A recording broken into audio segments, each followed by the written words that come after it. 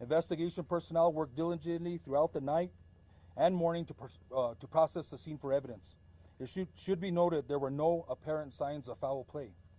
In the early hours of Thursday, February 27, 2025, Mr. Hackman and Ms. Arakawa were transported to the office of the medical investigator. An autopsy was performed. Initial findings noted no external trauma to either individual. The manner and cause of death has not been determined. The official results of the autopsy and toxicology reports are pending.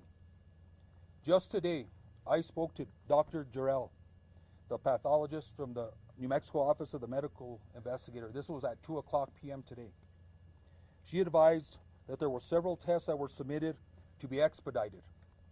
She revealed to me the following information.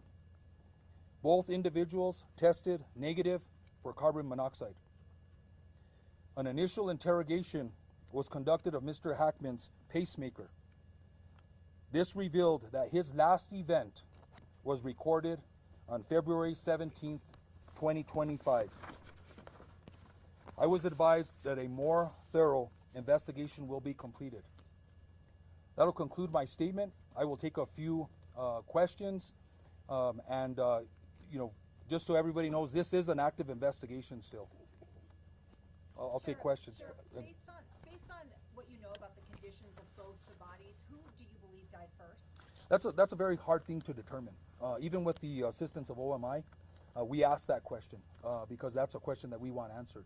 That's a very hard determination to make, and I don't think even OMI could make that determination based on the initial autopsy. Any other questions? Mr. Chair, in that 2025 planner that was mentioned in the search warrant return, were there events scheduled for either member of the couple for the coming weeks? Again, that'll be part of our investigation. We will look and try to gain access to the cell phones. We'll be analyzing cell phone data, phone calls, text messages, events, photos in the cell phone to try to piece a timeline together. One of the things is in an investigation is we try to piece a timeline together, usually before the event happens, and that gives us a lot of information. But in this case, it seems like we're doing a reverse timeline. We're doing a timeline from the time of death and the autopsy and the results, and we're going to start working our way backwards. We're going to do both, and then hopefully make a determination what may have happened to both the individuals. Sasha. When you were saying the last event on the pacemaker was February 17th, would that kind of give you a sign that's probably the day that he died, so they've dead for about 10 days? According to the pathologist, I think that is a very good assumption that was his last day of life. Sheriff, is there any surveillance video? Why are the pills such important evidence? I'm sorry? The pills. Okay. The finding of the pills being such important evidence, and could that have been part of the cause of death? Well, of course, they're important evidence. These are things that I think are important for the pathologist and OMI to consider to try to make a determination what the cause and manner of death are. So all that information is collected, not just for us, but we can provide that information to the pathologist and OMI so they can try and make a determination of what the manner and cause is. And I think that's important for OMI also. Sheriff, was there any surveillance video, and is that helping you to determine what may have led up to this? That's a good question, and that question's been asked. So, I respect the Mr. Hackman's and Ms. Arakawa's regard for privacy. I think everybody here understands that they were very private individuals and a very private family. There is no surveillance, as we know of right now, in the interior of the residence or the exterior of the residence that is going to help us determine a timeline or events that happened. Mr. Sheriff, have investigators, Sir? Tom Manzo with CBS News, have investigators been able to get into the obtained cell phones? Not at this time. We have them in our possession. Those were collected yesterday. It's going to take a process. We do have software, and we may have to reach out to other agencies for assistance to get past, if they're password protected, to get past the passwords and gain access to that information. So this is some other things that it's going to take a little bit of time.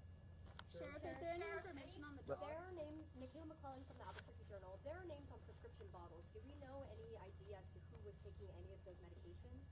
Yeah, due to HIPAA, I don't want to release who the medication was prescribed to or what the medication is. I think there's a HIPAA concern there, so I won't release that information. Sheriff, do you know the nature of the pills that were found by his wife? What were those pills there? What were they? Yeah, I think I just answered that question. I think I stated I'm not going to release the actual medication or who it was prescribed to due to HIPAA they were prescription questions. pills, Sir, On the carbon monoxide part of it, is that what the pathologist looked, does that rule out carbon monoxide, or is it possible it kind of dissipated from the body and they just weren't able to find signs of it? you know, I think that's a question for the pathologist.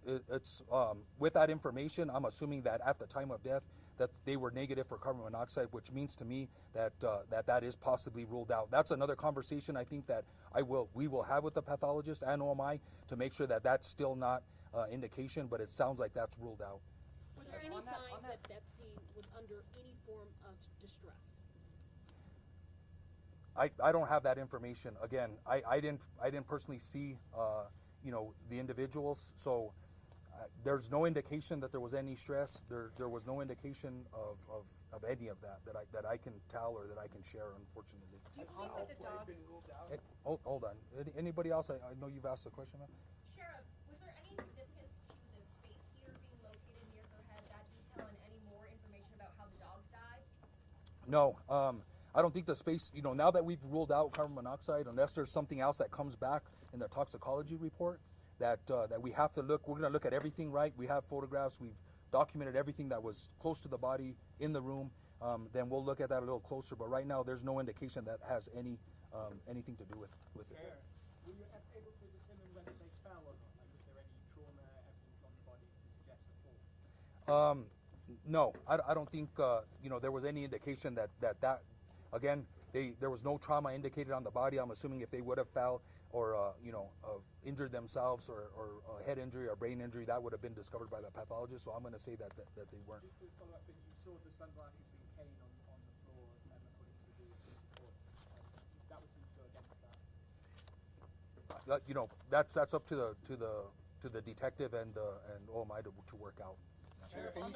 I'm gonna take two more questions, and then that's gonna be it, sir. Can you say what the space heater was powered by? Was it gas powered or electric powered space heater? I don't know that information right off Do you the believe top. the dog died of starvation? Sir, How long do you think we'll have more concrete answers of what happened? again, we're waiting for the autopsy results and the toxicology. The doctor, the pathologist shared that information, which I think some tests were expedited. And so she shared that information with me because she thought it was relevant to the case and important for the public to know. I don't know.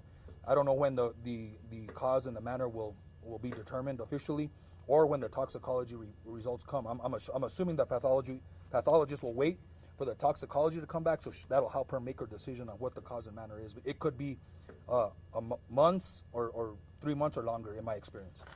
One more question. When is the last known contact with either Betsy or Jean? Again, that's been one of our challenges because of their privacy. So one of the challenges is trying to determine that timeline. I think the event of the pacemaker gives us an idea, but we're gonna sift through the cell phone records. We're gonna go through the planner. We're contacting workers, maintenance workers, family members, security. We're gonna be talking to security. It's a secure subdivision. There's in and out that I believe is documented. So we're working with them to try and determine you know, when the last contact was, and that'll help us put together the timeline. So thank you, everybody. I hope this answered some questions. And again, if we get more information, we will release that. I know there is concern and interest in Mr. Hackman and Mrs. Arakawa, and I just appreciate your patience. Thank you.